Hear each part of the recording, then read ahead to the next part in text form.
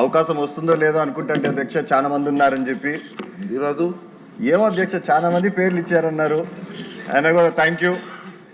ఏందన్నా అధ్యక్ష, ఈరోజు బడ్జెట్ నేను ఒకటి అంటా అధ్యక్ష, ఒకే ఒక పదం వాడతా. ఈ బడ్జెట్ ఒక ఫెంటాస్టిక్ బడ్జెట్ అధ్యక్ష. ఎందుకంటే ఈ budget is an all inclusive package లాగా ఉంది అధ్యక్ష.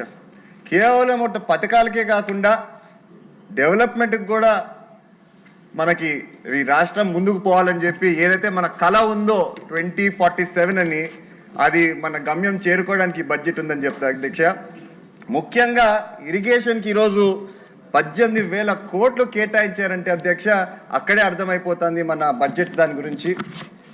అధ్యక్ష, నిన్నగాక మొన్న నేను మన ముఖ్యమంత్రి గారి దగ్గరికి వెళ్ళాను అధ్యక్ష.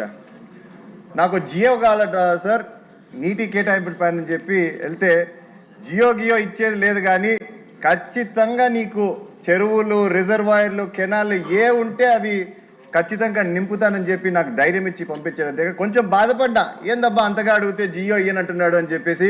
కానీ అధ్యక్ష, చెప్పిన మాట విధంగానే ఏదైతే చెప్పారో ప్రతి ఒక్క రిజర్వాయర్ అన్ని మాకు నింపారు అధ్యక్ష. ప్రతి ఆయకట్టుకు నీళ్ళు వచ్చే విధంగా చేశాడు అధ్యక్ష. కానీ ఇక్కడ చిన్న సమస్య ఒకటి ఉంది అధ్యక్ష, పిల్ల కాలువలు.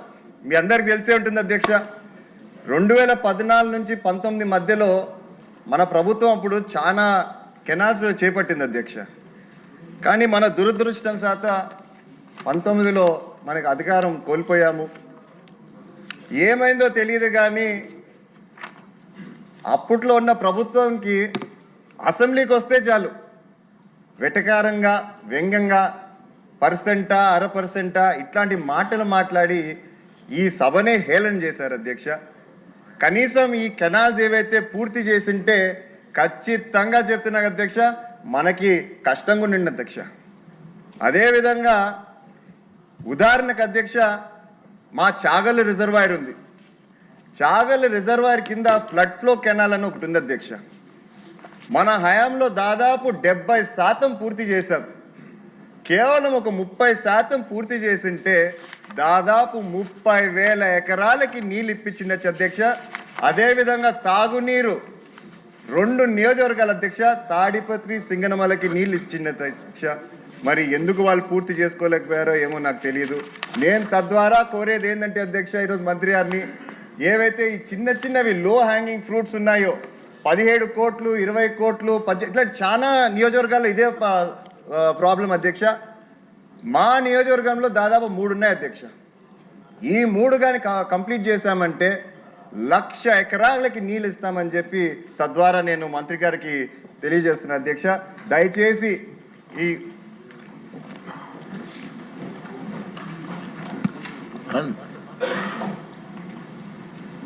అదేవిధంగా అధ్యక్ష, మన ముఖ్యమంత్రి గారు ఆదేశించారు అధ్యక్ష, ఫైనాన్స్ డిపార్ట్మెంట్లో మన మంత్రి గారు బడ్జెట్ కేటాయించారు అధ్యక్ష. అదేవిధంగా మన మంత్రి గారు అమలు చేశారు అధ్యక్ష. వీళ్ళందరితో పాటు మరొక డిపార్ట్మెంట్కి నేను ధన్యవాదాలు చెప్పాలనుకుంటున్నాను అధ్యక్ష. అది మన ఎస్సీ గారు, సిఈ గారు, లస్కర్లు అయితేనేమి, వీరందరూ రాత్రింపగలు పనిచేశారు అధ్యక్ష. ముఖ్యంగా మొన్న ఫామ్ అయిన మన వాటర్ అసోసియేషన్ ప్రెసిడెంట్స్ కూడా అధ్యక్ష. ఇది ఎందుకంటున్నానంటే అధ్యక్ష, నిన్నగాక మొన్న 2 ఎమ్మెల్యేలు అధ్యక్ష మన సభలో ఉన్నారు అధ్యక్ష. ఈరోజు మన రాధాకృష్ణ గారు, మన సాంబన్న గారు మా ప్రాంతానికి వచ్చారు అధ్యక్ష. వస్తే ఒకటే అడిగారు, బాగున్నావా లేదో కూడా అడగలేదు అధ్యక్ష. నన్ను ఒకటే అడిగారు, ఎవరయ్యా మీ ప్రాంతం కరువు ప్రాంతం అని చెప్పారు అని అడిగారు అధ్యక్ష. నాకు ఆశ్చర్యం, ఎందుకు ఇట్లా అంటున్నారని చెప్పి.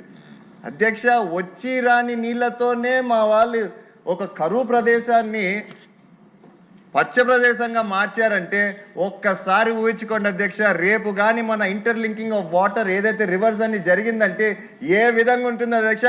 ఈ సభాముఖంగా నేను చెప్తాను అధ్యక్ష, ఖచ్చితంగా రాబోయే రోజుల్లో ఒక విధంగా ఇండస్ట్రియల్ హబ్, ఒక సైడు హార్టికల్చర్ హబ్ అని చెప్పి ఒక ఫైనాన్షియల్ హెపీ సెంటర్ అయిపోయి ఖచ్చితంగా రాష్ట్రానికి రాయలసీమ అప్పిస్తుందని చెప్పి ఈ సభాముఖంగా మరొకసారి తెలియజేస్తున్న అధ్యక్ష.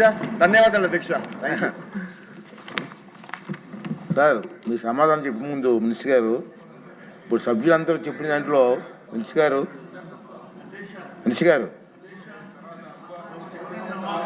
ప్లీజ్ టైం లేదు.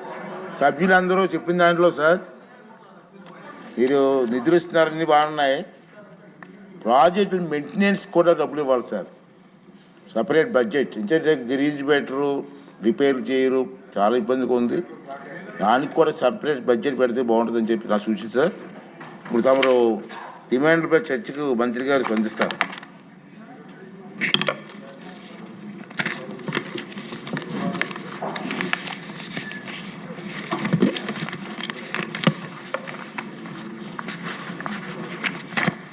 ధన్యవాదాలు అధ్యక్ష. ఏదైతే 2026, 2027 సంవత్సరానికి గాను డిమాండ్ నెంబర్ 33 అండ్ 34 క్రింద మరి ఏదైతే మొత్తాన్ని మంజూరు చేయవలసిందని జరిగినటువంటి చర్చలో మరి గౌరవ శాసనసభ్యులు అఖిలప్రియ గారు, అదేవిధంగా కామినేని శ్రీనివాస్ గారు, జ్యోతుల్ నెహ్రూ గారు, భాష్యం ప్రవీణ్ గారు, ప్రత్తిపాటి పుల్లారావు గారు, విజయ్ కుమార్ గారు, సత్యప్రభ గారు, ఆర్ నారాయణ రెడ్డి గారు, అస్మిత్ రెడ్డి గారు, ఇట్లా ఎవరైతే గౌరవ సభ్యులు తమ యొక్క విలువైనటువంటి సూచనలు ఏవైతే అందించారో, అదేవిధంగా వాళ్ళ నియోజకవర్గాల్లో కానీ జిల్లాలో కానీ రాష్ట్రంలో ఉన్నటువంటి సమస్యలు ఏవైతే ఉన్నాయో వాటి పరిష్కారాన్ని ఏవైతే చూపించారో అవన్నీ కూడా నోట్ చేసుకోవడం జరిగింది అధ్యక్ష. తప్పనిసరిగా మరి వీటిని చేపడతామని చెప్పేసి కూడా మీ ద్వారా ముందుగా తెలియజేసుకుంటూ, మరి ఈరోజు ఏదైతే ఈ యొక్క గ్రాంట్లకు సంబంధించి వివిధ ప్రాజెక్టులకు కేటాయించినటువంటి కేటాయింపులు ఏవైతే ఉన్నాయో ఆ కేటాయింపుల కింద చేపట్టబోయేటువంటి పనులు ఏవైతే ఉన్నాయో ఈరోజు ఈ సభ ముందు మీ ద్వారా ఉంచుతున్నామని చెప్పి తెలియజేస్తున్నాం అధ్యక్ష. ఏదైతే ఈరోజు గౌరవ ముఖ్యమంత్రి నారా చంద్రబాబు నాయుడు గారి యొక్క ఆలోచన ఒకటే, ఈ ఆంధ్రప్రదేశ్ రాష్ట్రాన్ని భవిష్యత్తులో ఒక కరువు రహిత రాష్ట్రంగా మార్చాలి. దానికి నీటి భద్రత అనేది అవసరం. త్రాగునీరు, సాగునీరు, పారిశ్రామిక మరియు పర్యావరణ అవసరాల కోసం తక్కువ ఖర్చుతో స్థిరమైనటువంటి నీటి సరఫరా అందించడమే గౌరవ ముఖ్యమంత్రి చంద్రబాబు నాయుడు గారి యొక్క లక్ష్యంగా ఈ యొక్క కూటమి ప్రభుత్వం ఈ యొక్క సాగునీటి రంగాన్ని ముందుకు తీసుకెళ్తుందని మీ ద్వారా తెలియజేసుకుంటానని అధ్యక్ష. ఇందులో భాగంగానే మరి గౌరవ ముఖ్యమంత్రి చంద్రబాబు నాయుడు గారి యొక్క స్ఫూర్తి ఎవరైతే కేఎల్ రావు, మనందరికీ తెలుసు, మనవాడు, మన తెలుగు బిడ్డ కేఎల్ రావు గారు ఆ రోజే చెప్పాడు, ఏదైతే యొక్క నదుల అనుసంధానం అని చెప్పి, ఏదైతే గంగా నుంచి యమున, యమున నుంచి మహానది, మహానది నుంచి గోదావరి, గోదావరి నుంచి కృష్ణ, కృష్ణ నుంచి కావేరి అని ఏదైతే ఒక గార్లెండింగ్ ఆఫ్ రివర్స్ అని ఏదైతే ఆ రోజు మన తెలుగు బిడ్డ కేఎల్ రావు చెప్పారో దాన్ని ఈరోజు చంద్రబాబు నాయుడు గారు స్ఫూర్తిగా తీసుకుని ఈ భారతదేశంలో మన ఆంధ్రప్రదేశ్ రాష్ట్రంలో పర్టికులర్గా ఏదైతే ఈ రాష్ట్రంలో ఒక పక్కన అత్యధిక వర్షపాత ప్రాంతం ఉంది, మరొక పక్కన అత్యల్ప వర్ష ప్రాంతం ఉంది. ఇటువంటి స్థితిలో అటువంటి నీటి లోటు ఉన్నటువంటి ప్రాంతానికి పర్టికులర్గా ఏదైతే గోదావరిలో మిగులు వరద జలాలు ఏవైతే ఉన్నాయో అవి వాటన్నిటినీ కూడా లోటుగా ఉన్నటువంటి బేసిన్లకి తరలించాలనేటువంటి ఆలోచనతో అంతర్రాష్ట్ర నదుల అనుసంధానానికి ఆంధ్రప్రదేశ్ రాష్ట్రంలో శ్రీకారం చుట్టినటువంటి వ్యక్తి మన నారా చంద్రబాబు నాయుడు గారి అధ్యక్ష. ఇందులో భాగంగానే మనం కూడా చూస్తున్నాం అధ్యక్ష ఫలితాలు. ఆ రోజు 2014, 2019లో ఆ రోజు పట్టిసీమ అధ్యక్ష, ఆ రోజు కూడా నేను శాసనసభ్యుడిగా ఉన్నాం. ఆ రోజు ఇక్కడ ఉన్నటువంటి వైసీపీ ప్రతిపక్షంలో ఇది పట్టిసీమ కాదు ఒట్టిసీమ అని చెప్పి హేళన చేశారు అధ్యక్ష. కానీ ఈ రోజు మనం చూస్తూ ఉన్నాం ఆ పట్టిసీమ ద్వారా ఆ గోదావరి వరద జలాలు ఈ రోజు కృష్ణా డెల్టాకు తీసుకురావడంతో 13.08 కృష్ణా డెల్టాను ఈ రోజు స్థిరీకరణ చేయడంలో కానీ, అదేవిధంగా ఇక్కడ ఈ స్థిరీకరణ ద్వారా మిగులు జలాలు శ్రీశైలం నుండి ఈవేళ రాయలసీమను సస్యశ్యామలం చేయడంలో కానీ ఈవేళ పట్టిసీమ పాత్ర ఏంటో మనందరికీ అర్థమవుతుంది. అందులో పర్టికులర్గా దగ్గర 50,000 కోట్ల ఆదాయాన్ని ఈరోజు పట్టిసీమ ద్వారా ఈ కృష్ణా డెల్టా ద్వారా ఆర్జించామని అంటే చంద్రబాబు నాయుడు గారి యొక్క ముందు చూపు కదా ఒక నిదర్శనం.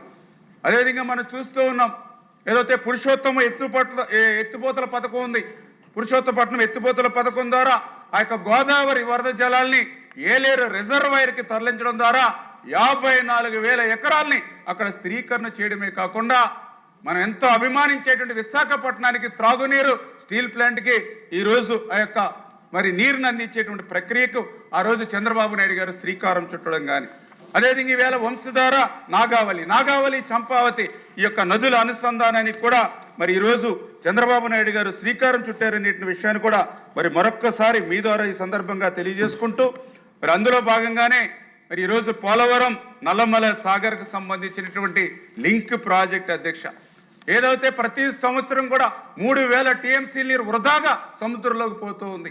గోదావరి జిల్లాలుగా ప్రతి సంవత్సరం కూడా మేము చూస్తూ ఉన్నాం.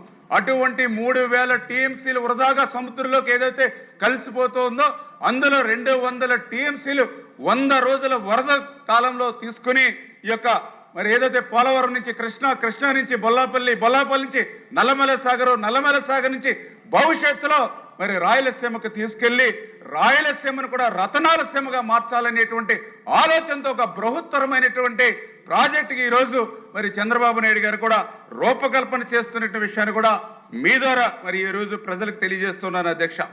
అదేవిధంగా ఈరోజు చూసాం 2024లో కూటమి ప్రభుత్వం అధికారంలోకి వచ్చిన తర్వాత పర్టికులర్గా ఏదైతే గత 5 సంవత్సరాల వైసీపీ పాలనలో విధ్వంసానికి గురైనటువంటి ప్రాజెక్టులు, ధ్వంసానికి గురైనటువంటి ప్రాజెక్టులు, అందులో ముఖ్యంగా పోలవరం ప్రాజెక్ట్ అక్కడ ఆ రోజు మనం చూసాం 14, 19, 5 సంవత్సరాల ఆ రోజు తెలుగుదేశం ప్రభుత్వ హయాంలో ప్రతి సోమవారం పోలవరం అనేటువంటి పేజీగా ఆ రోజు చంద్రబాబు నాయుడు గారు పెట్టుకొని ఆ రోజు 5 సంవత్సరాల్లో 72% ఆ రోజు పోలవరం ప్రాజెక్టుని పూర్తి చేస్తే నిజంగా ప్రభుత్వం కనుక మళ్ళీ కంటిన్యూ అయ్యి ఉంటే 2020-2021 కల్లా ఆ గోదావరి వరద జలాలు అటు ఉత్తరాంధ్రకు ఇటు రాయలసీమకు ప్రవహించి ఉండేవి అధ్యక్ష. కానీ దురదృష్టం ప్రభుత్వం మారింది, పోలవరం తలరాత మారింది. పోలవరం మరి యొక్క విధ్వంసానికి ఏ రకంగా అయితే డయాఫ్రమ్ వాల్ ఆ రోజు 18 నెలలు శ్రమించి నిర్మాణం చేసినటువంటి డయాఫ్రమ్ వాల్ ఏ రకంగా ధ్వంసమైందో మనందరం కూడా చూసాం అధ్యక్ష.